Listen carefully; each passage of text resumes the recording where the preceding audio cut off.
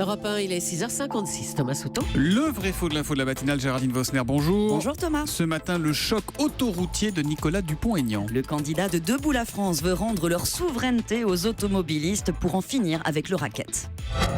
Je voudrais qu'on renationalise les sociétés d'autoroutes, puisqu'aujourd'hui, aller sur une autoroute, c'est un privilège et qu'un smicard ne peut plus le faire.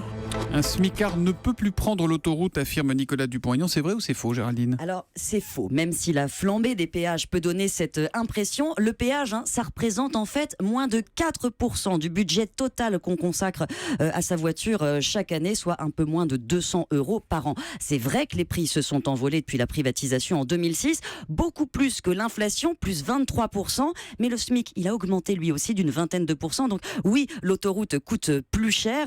Certains vont préférer emprunter les petites routes qui sont plus dangereuses et c'est un problème, mais on ne peut pas parler d'un mouvement de fond. En réalité, le scandale que dénonce Monsieur Dupont-Aignan derrière cette question de tarifs, c'est celui d'une dérive. Ces hausses n'ont pas servi qu'à financer les infrastructures. Elles nourrissent une rente des sociétés d'autoroutes toujours plus élevée qui empochent chaque année 1,5 milliard de bénéfices. Bon, mais est-ce qu'on pourrait faire marche arrière et les renationaliser, ces autoroutes ? Alors oui, on le peut. Il faut comprendre que l'État est toujours propriétaire du réseau d'autoroutes. Ce qu'il a vendu en 2006, ce sont des contrats de concession. Il peut dénoncer ces contrats, il en a le droit depuis 2012, ou les racheter. Ça coûterait une trentaine de milliards d'euros qu'il faudrait emprunter. Mais on n'en prend pas du tout le chemin parce que chaque fois qu'il y a eu des travaux à faire, l'État a préféré demander aux sociétés d'avancer l'argent en échange d'une prolongation de leur concession et d'une augmentation des tarifs. Maintenant, ça court jusqu'en 2036 et toutes les hausses sont déjà écrites, programmées. La réalité, c'est que l'État a complètement perdu la main sur les prix et sur cette manne